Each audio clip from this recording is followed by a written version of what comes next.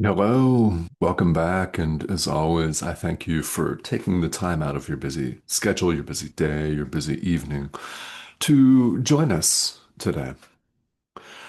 We're going through the text of A Course in Miracles, and well, the most important part of the text is the part that you're looking at right now, today, whatever that may be. In fact, in order to benefit from this and every single video on this channel that's offered here, you don't have to be going through the text of A Course in Miracles. You could be at work on the workbook for students or going through the manual for teachers, the clarification of terms, or one of the two supplements. In fact, you don't even have to be a course student at all. Understand one thing, that there are no coincidences and no accidents at all. It certainly appears like there are, and we are fond of saying, oh, yeah, that's a coincidence. No, it's not. You're here for a reason, and that reason is you've been directed here and led here. What that reason is, I don't know.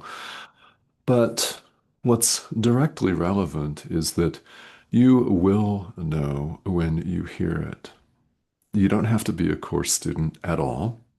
In fact, people that have tuned in here come from all over the world, literally, and are some very, very experienced course students, some not course students at all, and some just starting out. Some have been doing it for a few years and would classify themselves as neither a beginner nor supremely advanced, whatever that even means. It's the advanced students that need to pay the most attention sometimes, isn't it? Yeah, I know. Right? Right. Yeah. So wherever you happen to find yourself, welcome. We're on chapter 30, section 2, as we progress through the text of A Course in Miracles. And this section is appropriately titled Freedom of Will. We're invited, as we saw in the last few videos, to relax and trust. That's all spirituality right there. Summed up, relax and trust the guidance of our inner teacher. Yes, just do that. And of course, we find that excruciatingly difficult, and we don't want to do it because we're so accustomed to having to do everything 100% by ourselves. We have to arrange the entire planet, or we've failed at life. Well, and it blows up in our faces all of the time. And heaping that kind of expectation on ourselves, it's no wonder that we continually fall short. It's no wonder that we're stressed out, and we don't need to wear that stress like a cultural badge of honor. We don't, but we often do. So we're invited to relax and trust and choose the guidance of the Holy Spirit instead of the guidance of the ego, which runs us into a brick wall time and again, or off a cliff if you prefer.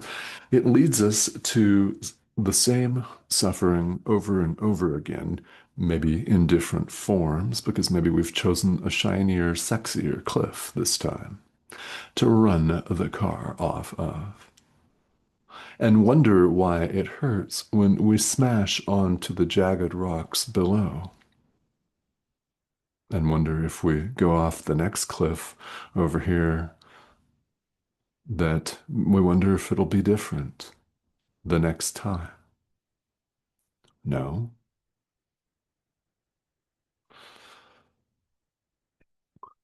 To think about these things is not flattering, is it? That's not the point. The point of this course is not to stroke or coddle or caress your ego.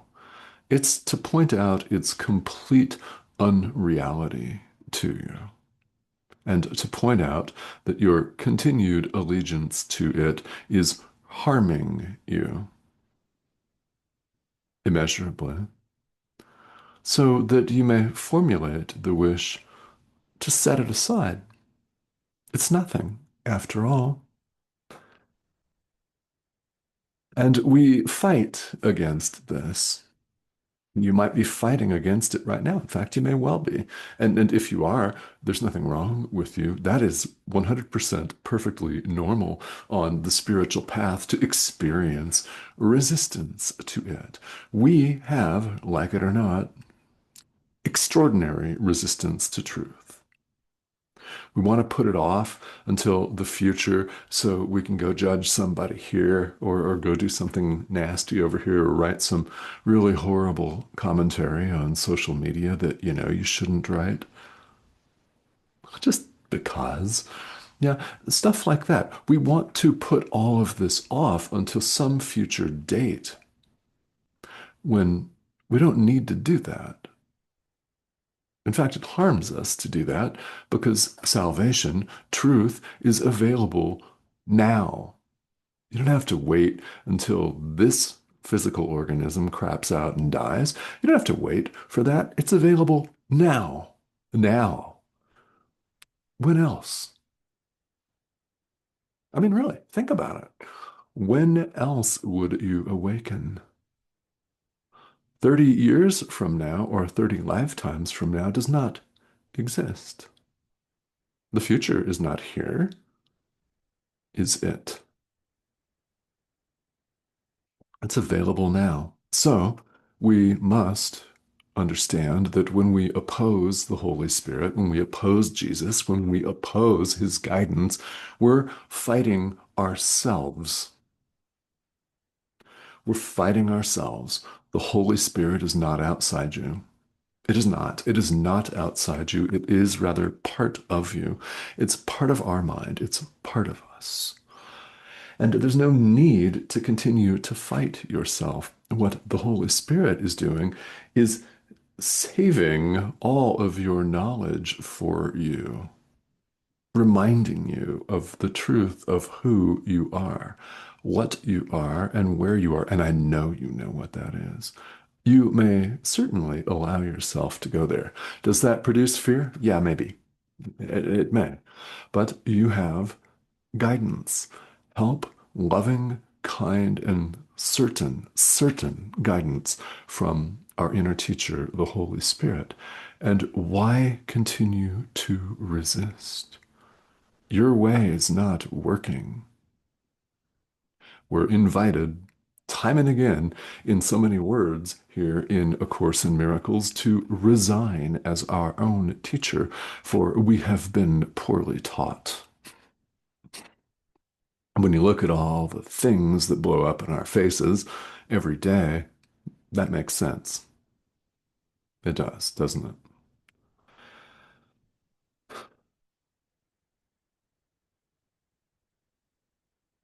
So we place our trust in the guidance of the Holy Spirit, and we allow Him, it, to tell us what to do, which, of course, to the ego is anathema, or worse, it's scary to the ego.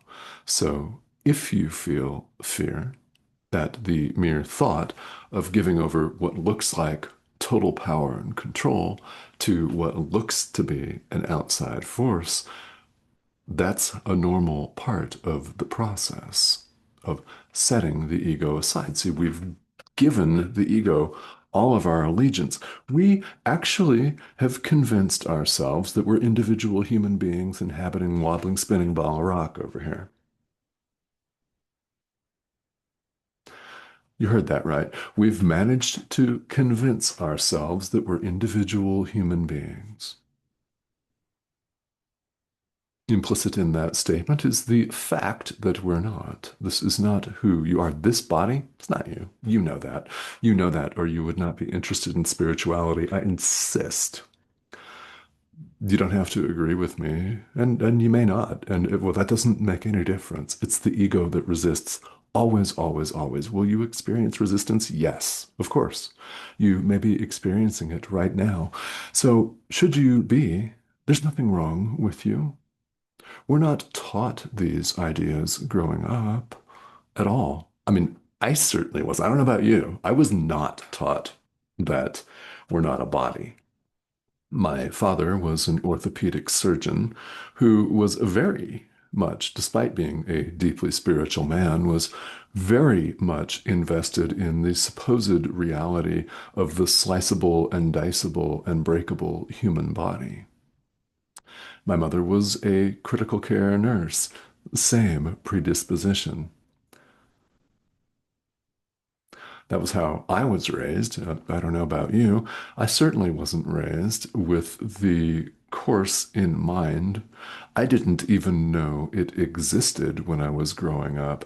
And it was published, first published in the 1970s when I was a child. So suffice it to say, I certainly wasn't ready to hear it until I was. Same with you, right?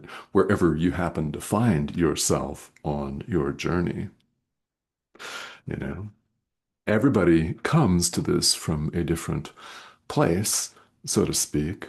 I mean, naturally, we all appear to inhabit different continents and different nation states and weird little artificial political divisions like that. And we appear to be different ages and different shapes and sizes. We weigh different amounts. We are sometimes taller or shorter than others, so it appears, right? You know that the physical body is not you. You're on the spiritual path. You're interested in spirituality. Therefore, you know and have acknowledged, furthermore, that there's more to it than simply meeting the physical needs of organism over here. And of course there is, right? Of course. You are completely right about that. There's way more to it. We're invited to give our experience over to the Holy Spirit and forgive, to see our brother, whom we may view as an opponent, as a friend. Mm. To see him differently. Whereas right now we may see someone who is an opponent. Well, we're invited to see him differently as a friend, as us. There is no separation of any kind. Your brother is you. But we don't see it that way as we careen about wobbling, spinning ball of rock over here, doing what we call life. We don't. This course helps us to see things as they really are, and your brother is you. So when you forgive, you're forgiving yourself. Mm. When that really and truly sinks in, that is powerful. Now, same thing. When you condemn your brother, you're condemning yourself. When you lash out and attack him as stupid, you're simply lashing out at yourself and calling yourself stupid. Your brother is you. Rather than see him as an enemy, there's no separation. You can't have an opponent. It may look like you can here in the world. It's not possible. So we're invited to see this. And we do this through repetition and practice. It's said, and it's very true, that we learn the course by doing it. That's why that idea that we learn this by doing it comes up all of the time in these videos. That is really one of the things that we most need to hear. We learn it by putting it into practice, and that's where the best, most effective learning really takes place because our experience demonstrates to us and shows us, proves to us that these ideas are true, that indeed your brother is you. So why not look upon him with loving eyes as a friend? Here's where people get really confused and say, well, what if somebody's really attacking me? Do I have to let them attack me? No. Don't be there. And if you have to actually defend yourself because you can't get away, then do that.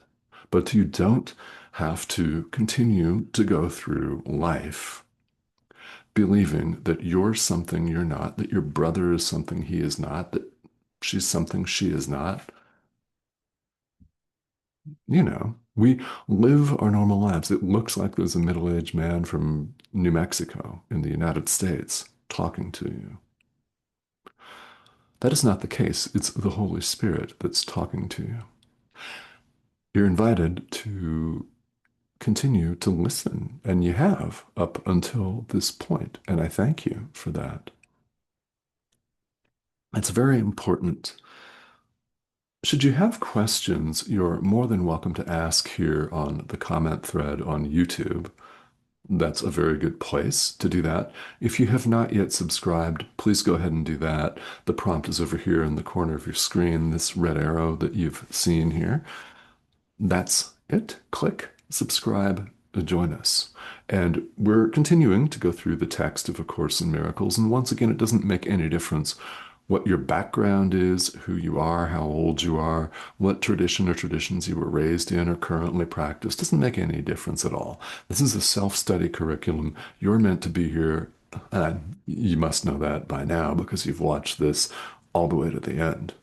Right? So I will see you again on the next video. Again, subscribe if you have not, and I'll see you soon.